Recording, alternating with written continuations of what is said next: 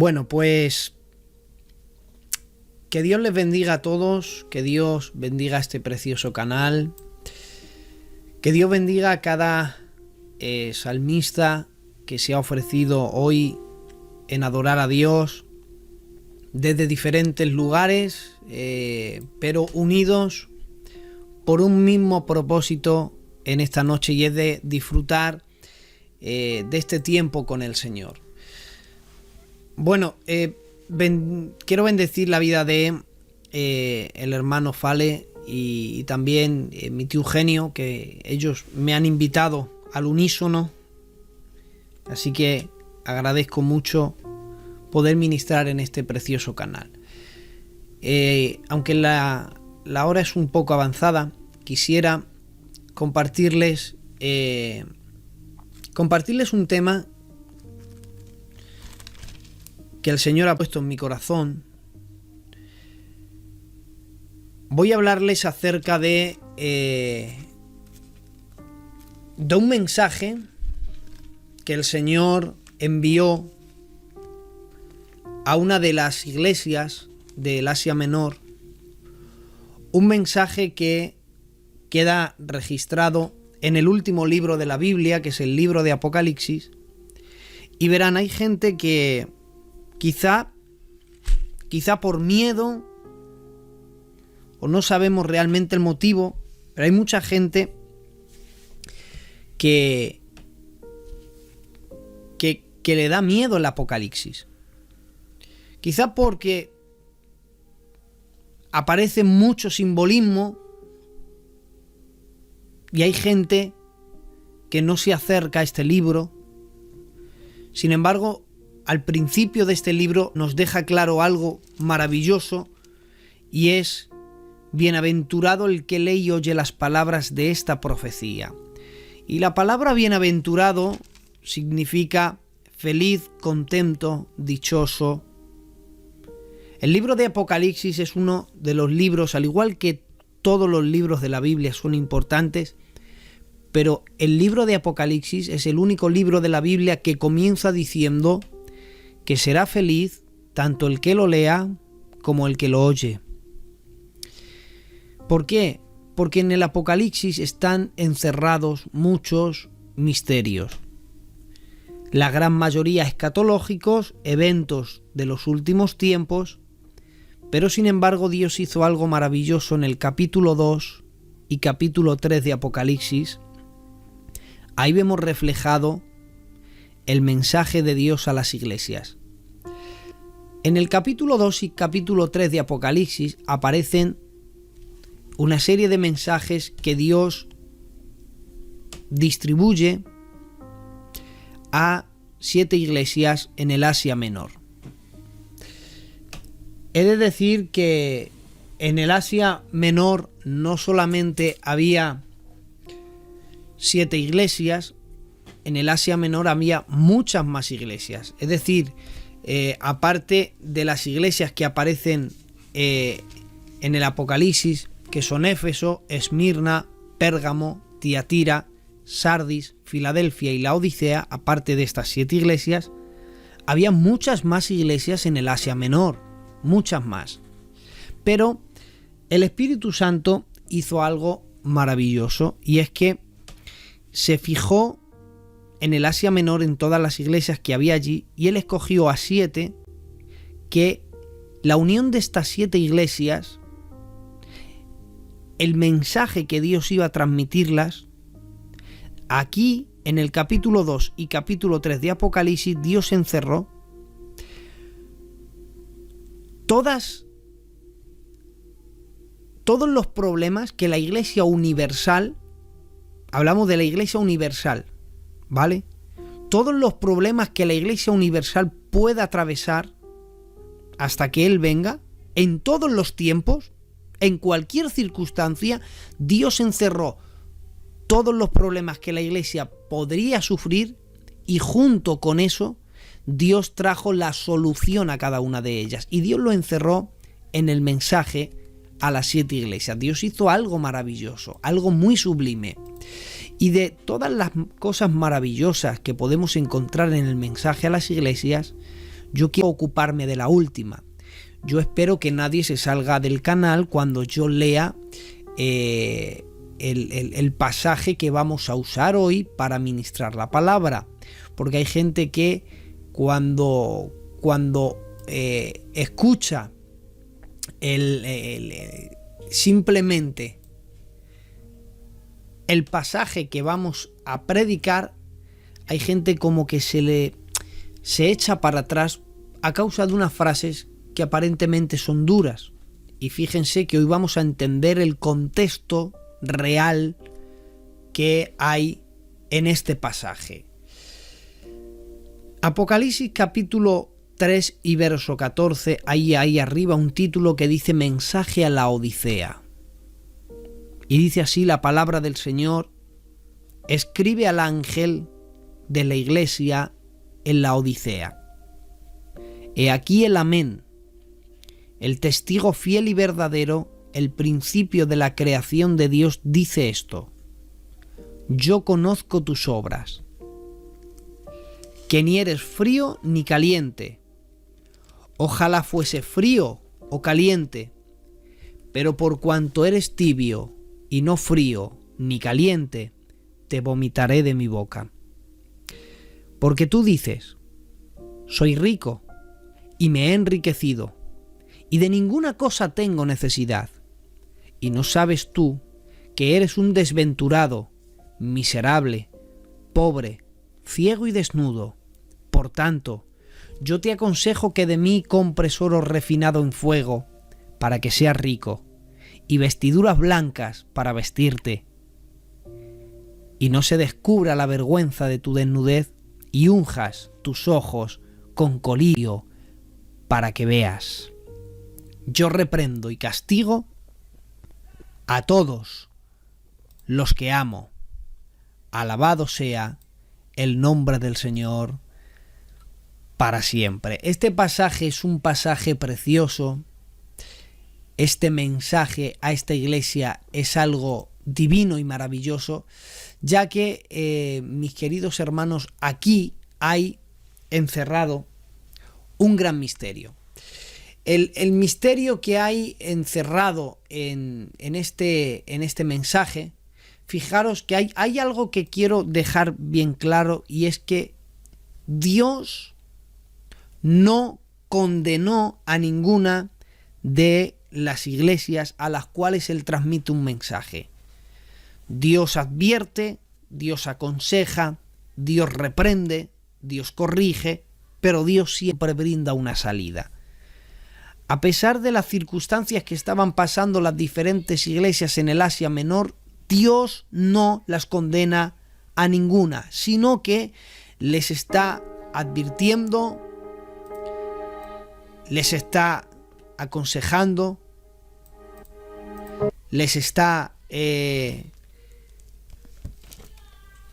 Perdonadme, hermanos, que tengo un error en el ordenador y la música se sube sola. Pero bueno, si así lo escuchamos bien, pues lo dejamos de esta manera. Fijaros, decía de que Dios no condenó a ninguna de las iglesias del Asia Menor. Por eso, fijaros, muchas veces no comprendemos, leemos este pasaje y miren, para entender Biblia únicamente necesitamos Biblia, con eso es suficiente.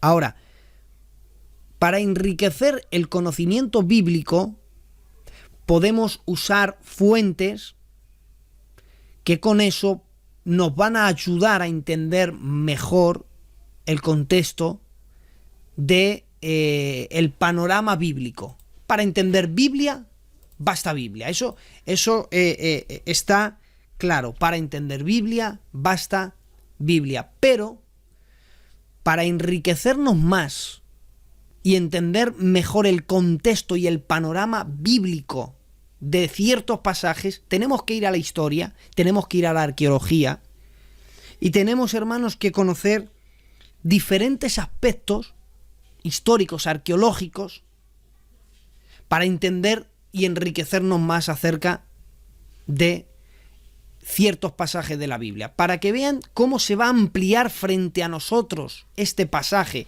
que fíjense, muchas veces lo que causa es miedo, a la gente le causa miedo este pasaje, les da miedo el Apocalipsis.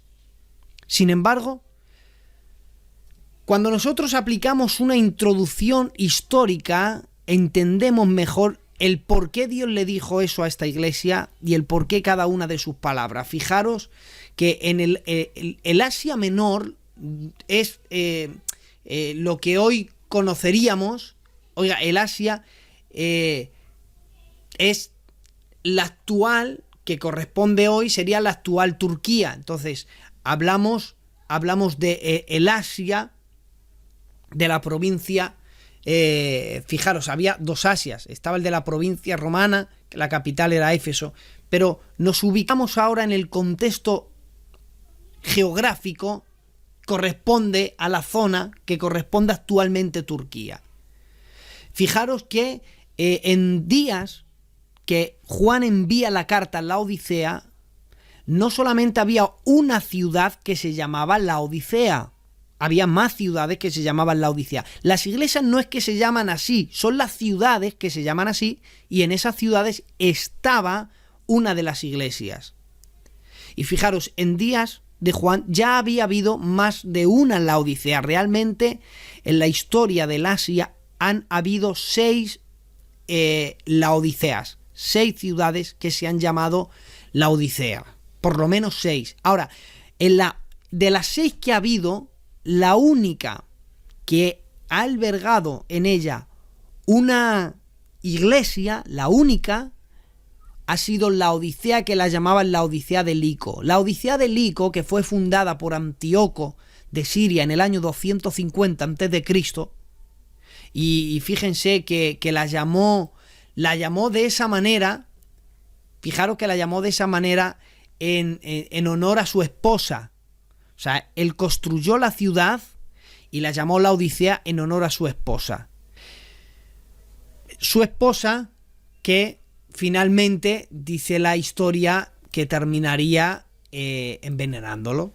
Así fue el pago tan precioso que le dio la esposa a su marido.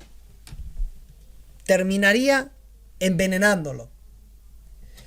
Verán, hay un investigador, o más bien un historiador, llamado Plinio el Viejo, llamaba a la ciudad de la Odisea, la llamaban la ciudad distinguida.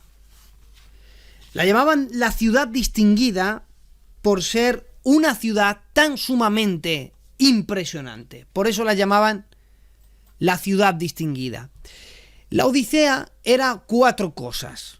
Número 1, la Odisea fue un centro financiero.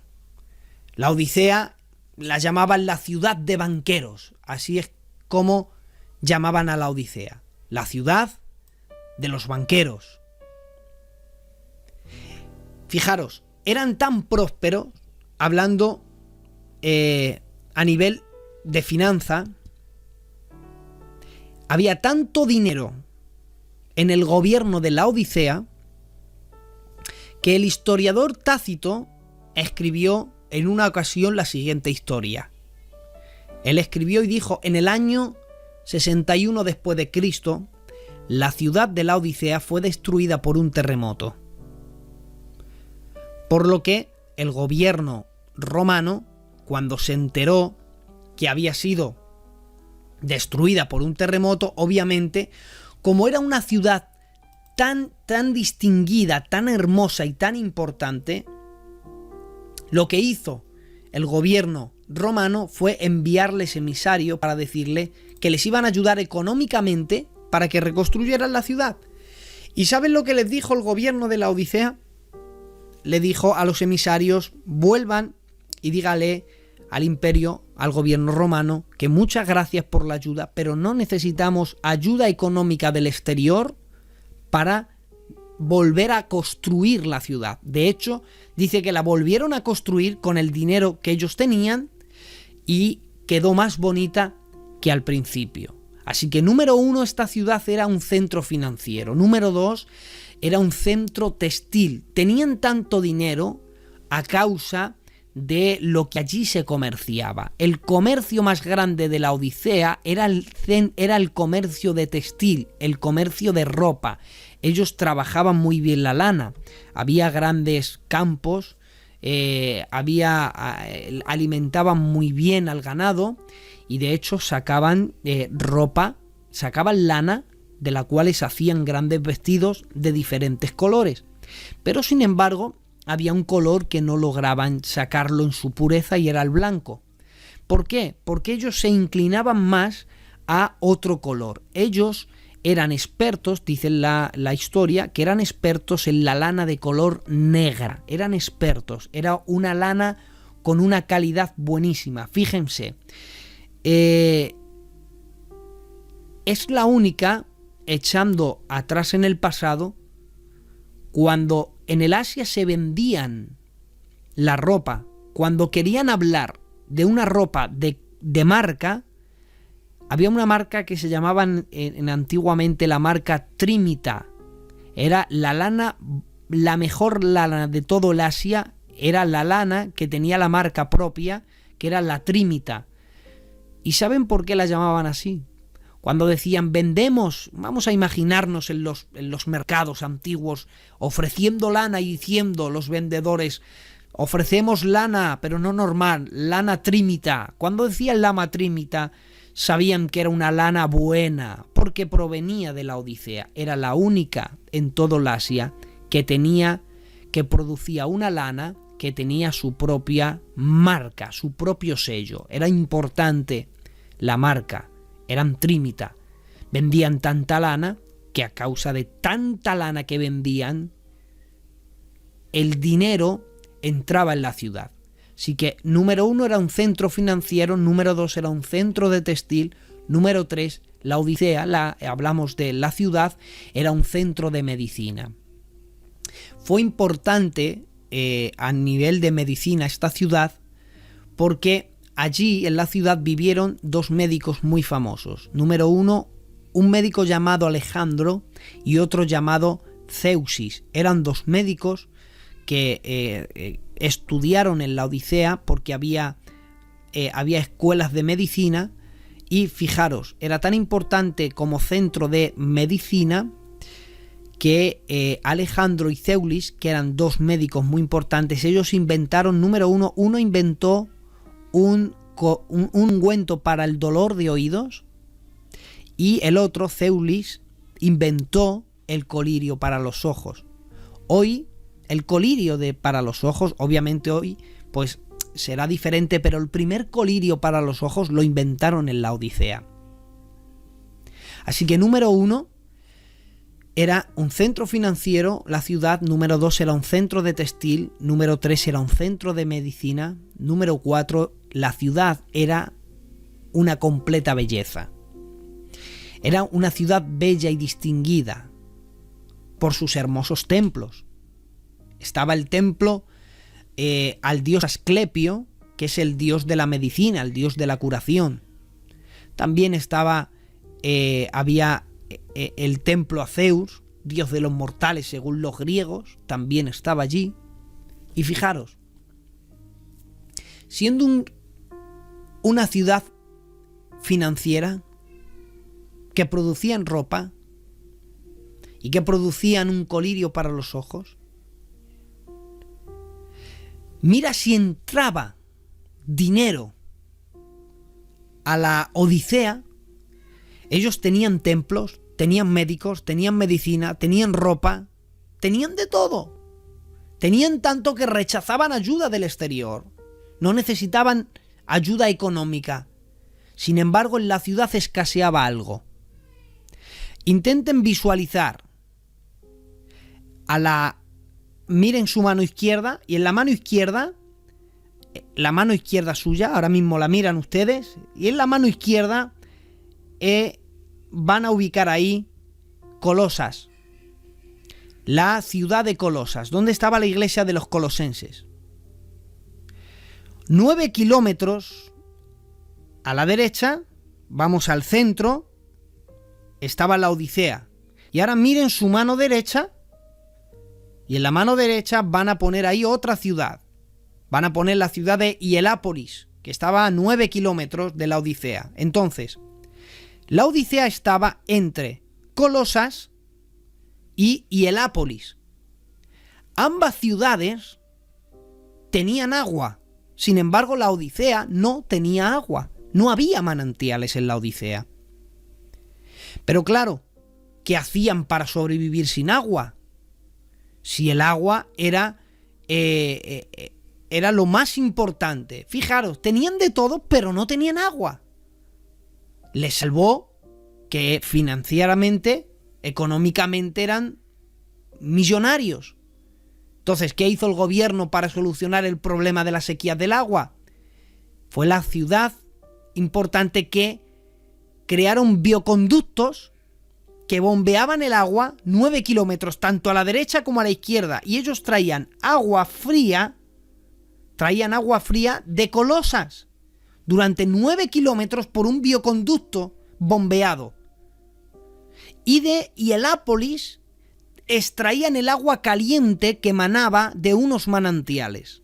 Entonces, por un lado de la ciudad entraba el agua fría y por el otro lado entraba el agua caliente. Por eso en la Odisea había agua fría para beber y había también agua caliente. Por eso es que en la Odisea eran famosas porque había lo que hoy diríamos balnearios. Cuando un millonario quería descansar en una ciudad, irse de vacaciones, para que lo entendamos, no se iban a Éfeso, que era importante, que era una capital. No se iban a... No, ellos se iban a la Odisea. Es que si querías descansar y descansar bien, te ibas allí. Ahí había piscinas termales. Tenían piscinas donde había aguas calientes. Era como un tipo balneario, para que hoy lo podamos entender. Pues fijaros, en esa ciudad tan importante, que no es una ciudad cualquiera, estamos hablando de una ciudad importante. Miren los datos que les he dado. Y espero que estén entendiendo el contexto histórico de este pasaje. Bueno, pues en esas condiciones, en esa chula de ciudad, había una iglesia. ¿Y qué pasaba? Que si cuando nosotros leemos el mensaje que Dios transmite a la Odisea, parece ser que no se lo está transmitiendo a una iglesia, sino a la ciudad en sí. Cuando escuchaban, cuando en la iglesia de la Odisea leyeron lo que yo les he leído, entendían perfectamente. Por eso, oigan, es a una iglesia que era un centro financiero, Dios le dice: ¿te crees rico? Bueno, pues yo te voy a decir lo que eres. Eres un desventurado, un miserable, un pobre, eres un ciego y un desnudo. Eso es lo que le dijo Dios a un centro financiero. ¿Te crees importante por la ropa que produces? Le dice: compra oro. Y el oro lo vas a cambiar por ropas refinadas blancas. ¿Por qué? Eres la única lana que no podéis producir en calidad. ¿Tú crees que eres importante por los inventos de los médicos de la ciudad que han inventado un colirio para los ojos? Yo te digo, lava tus ojos con colirio para que veas. Les estaba diciendo, los inventos de tus médicos no te sirven. Ahora, aquí llega una pregunta, Eugenio. ¿Por qué le dice todo eso si parece ser que se lo está diciendo no a una iglesia, sino a la ciudad en sí? Si la ciudad no era la iglesia. Es que resulta que es ahí el problema de la iglesia de la Odisea. Lo normal es que una iglesia sea quien afecte el mundo. Que una iglesia cambie al mundo. La iglesia somos luz que tenemos que disipar las tinieblas de este mundo. ¿Qué era el problema que había en la iglesia de la Odisea? Era que resulta que no era la iglesia quien estaba contaminando el mundo y cambiándoles, sino que más bien era el mundo el que había entrado dentro de la iglesia Y oigan, la ciudad de Laodicea pues era un centro financiero, había grandes médicos, grande lana, había templos y una iglesia. O sea, una iglesia no era la novedad, no era lo diferente, era bueno, algo más de la iglesia. Entre todas las cosas que tenía, había balnearios, había médicos, había multimillonarios, había ropa, había dinero, había templos, había de todo. Y una iglesia, como que no tiene la importancia. Se había metido tanto el mundo en la iglesia que ya la iglesia no marcaba la diferencia en el tiempo y lugar que tenía que marcar la diferencia. No era la iglesia quien afectaba al mundo, era el mundo que se había metido dentro de la iglesia y ya no se sabía quién eran los de fuera y quién eran los de dentro. Habían entrado en una decadencia tan grande que, oigan, en la iglesia de Laodicea es la única iglesia a la cual Dios no la ensalza en nada. Todos son reproches. Todos son reproches. Y son reproches, ¿por qué? Porque les había pasado lo mismo. Ellos entendían. Ellos cuando escucharon las palabras, por cuanto eres tibio, ni frío ni caliente, te vomitaré de mi boca, ellos lo entendían. No de una manera tan fuerte como nosotros lo entendemos. Nosotros decimos, eres un tibio, te vas al infierno. No, oigan, el contexto de este pasaje no es así. Dios no quiso condenar a nadie. Dios no lanzaba mensajes para condenar. Detrás de cada palabra hay un contexto histórico también. ¿Y sabes cómo entendían la iglesia de Laodicea cuando Dios les dijo por medio de esa carta, por cuanto eres tibio, ni frío ni caliente, te vomitaré de mi boca? Bueno, en el original dice, estoy a punto de vomitarte. Es que resulta que, como ya les he dicho, ellos no tenían agua. Y ellos tenían sus piscinas termales. Cuando viajaba el agua desde Colosas 9 kilómetros, desde Hierápolis 10 kilómetros, a través de los bioconductos, el agua en el camino arrastraban residuos, arena, piedras, y por muy limpio que querían tener los conductos, oigan, eran muchos kilómetros. Cuando llegaba, el agua llegaba prácticamente contaminada. ¿Qué es lo que pasaba? Que en las piscinas termales, cuando el agua tibia se mezclaba, la caliente y la fría, y se hacía agua tibia, la gente normalmente ingería, bebía ese agua, y el agua tibia en Laodicea, perdonad la expresión, producía un dolor de estómago tan grande que la gente vomitaba, les hacía daño. Cuando Dios les dice, por cuanto eres tibio, ni frío ni caliente, estoy a punto de vomitarte, o te vomitaré de mi boca, que es la misma palabra, les estaba diciendo, me estáis haciendo tanto daño con vuestro comportamiento, de la misma manera que cuando vosotros bebéis ese agua que os duele en vuestras entrañas y os obliga, tenéis la obligación de expulsarla de vosotros por el daño que os está haciendo, le dice Dios, de esa misma manera me estáis dañando a mí. Este mensaje va dirigido para cristianos que quizás, como ese agua que salía de Hierápolis, salieron de los manantiales calientes, pero que a través del conducto de esta vida, bueno, has ido arrastrando algunas cositas y te has estado contaminando poco a poco. Y lo que un día nació caliente, a lo largo del camino, a causa de las contaminaciones de este mundo, de haber jugado con el pecado, de haber tolerado cosas que nunca debías haber tolerado, de haber visto cosas que nunca debías haber visto, de haber permitido pecados que no deberías haberte permitido.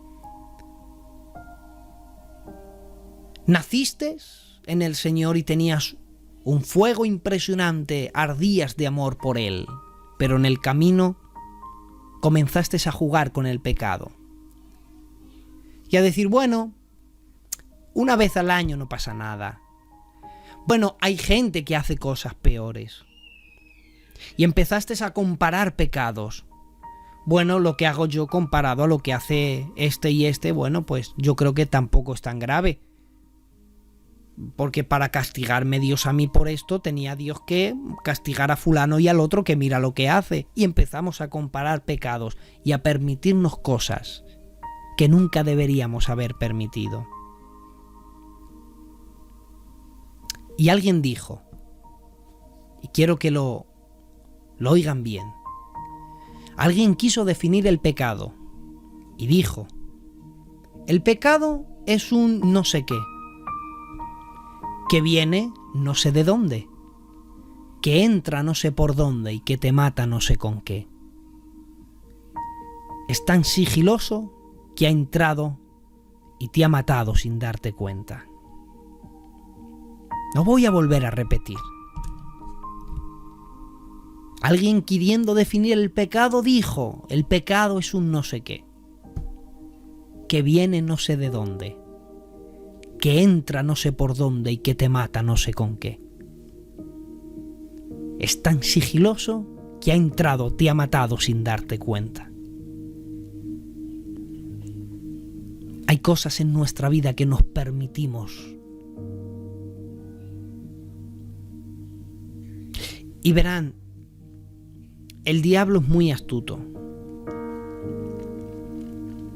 Y él antes de atacar, él estudia a la gente. Ahora mismo he apartado el mensaje y estoy ministrando lo que el Señor está pusiendo en mi corazón, porque aquí, en la introducción, acababa la introducción, luego vería el mensaje. He cerrado el mensaje y quiero seguir guiado por el Espíritu. El diablo estudia. Cuando el diablo quiere destruir... Hermanos, disculpad, pero yo no estoy escuchando nada.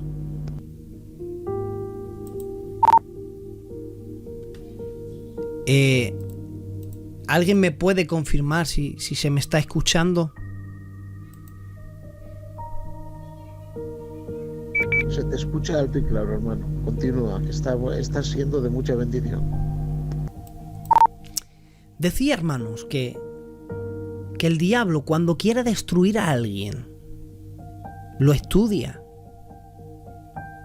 Fijaros, me llama la atención que a Sansón, el plan que tenían no era acabar con él, no era matarlo. Léanlo en Jueces. Dice, acechémosle, dice, y le acecharon toda la noche. Y dice la Biblia, dice, atémosle y dominémosle. O sea, no querían quitarle la vida, querían atarlo y dominarlo. Y es que eso es lo que el diablo está interesado. No con matarte ni quitarte la vida, a veces. Él está más interesado en atarte para dominarte. Porque si te ata y te domina, te usa a su antojo. Y eso es lo que intentó y logró con Sansón. Él vio que Sansón era un arma poderosa en las manos de Dios. Y dijo, si este es tan poderoso en las manos de Dios, si yo logro atarlo y logro dominarlo, podré usarle también como un arma poderosa mía. ¿Te preguntas por qué el diablo te persigue tanto? ¿Te estás preguntando por qué el diablo siempre te está haciendo la guerra? No es que Dios no te ame porque no se lo impide, no.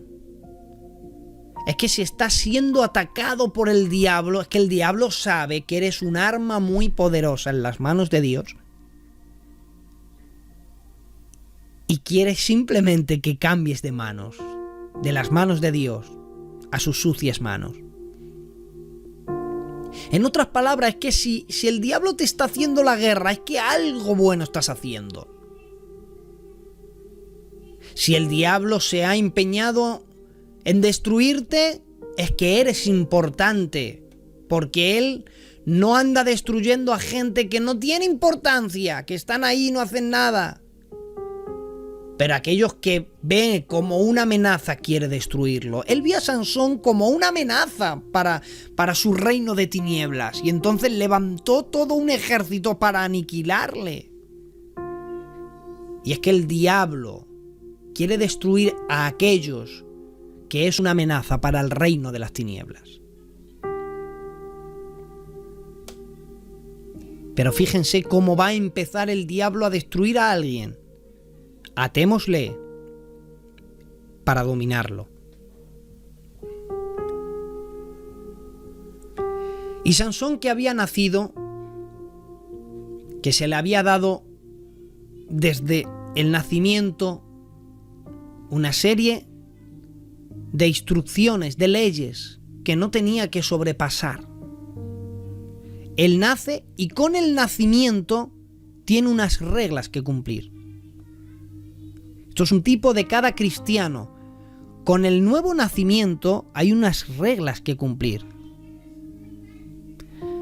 Hay por ahí una doctrina falsa que es salvo siempre salvo, haga lo que haga siempre seré salvo, y eso hermanos,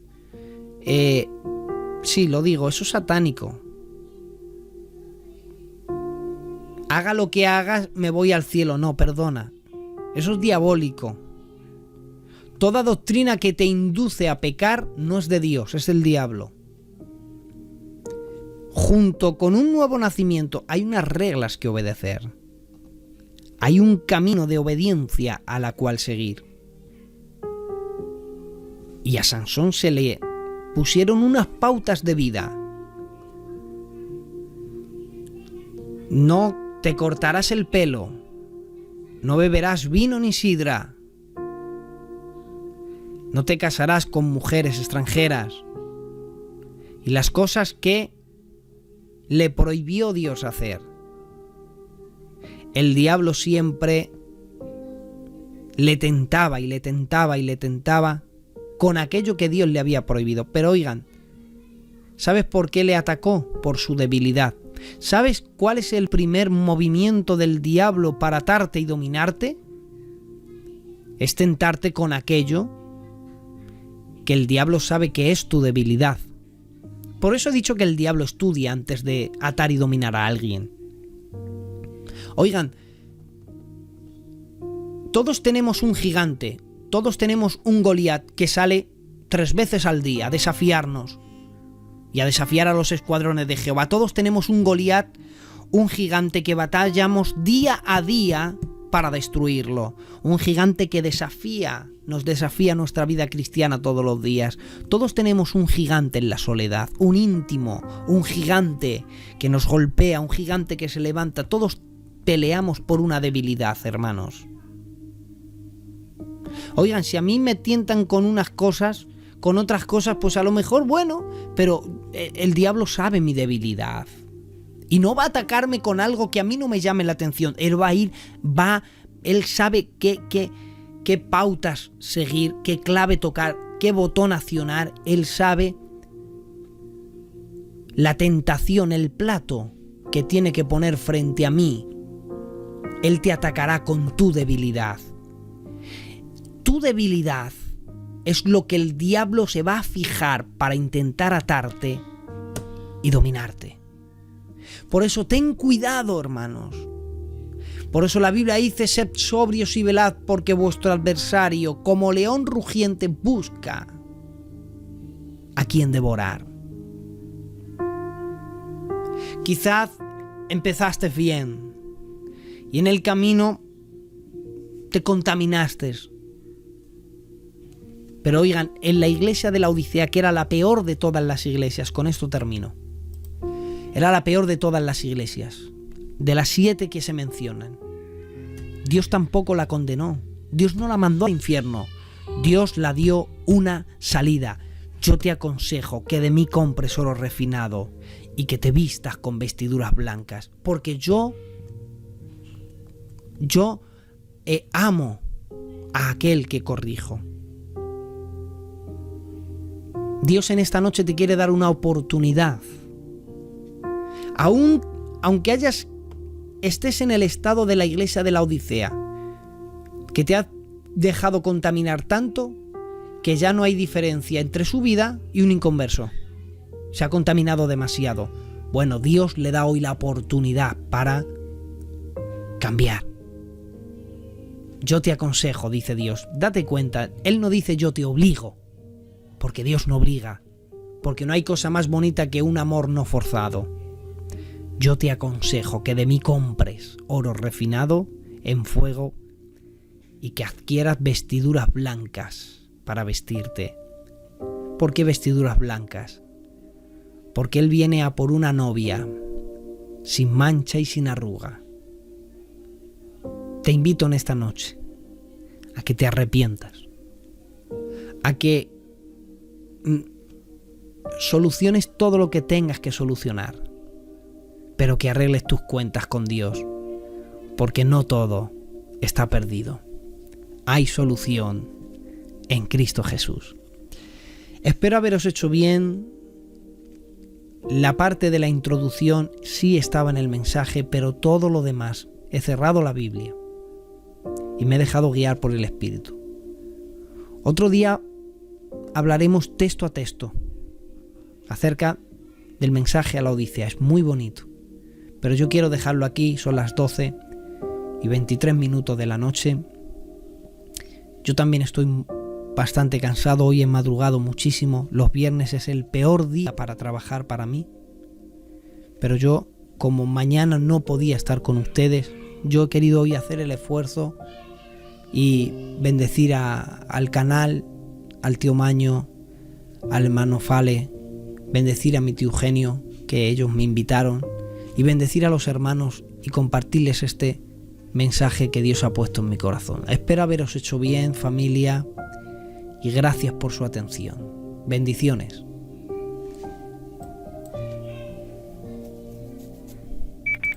Amén. Amén.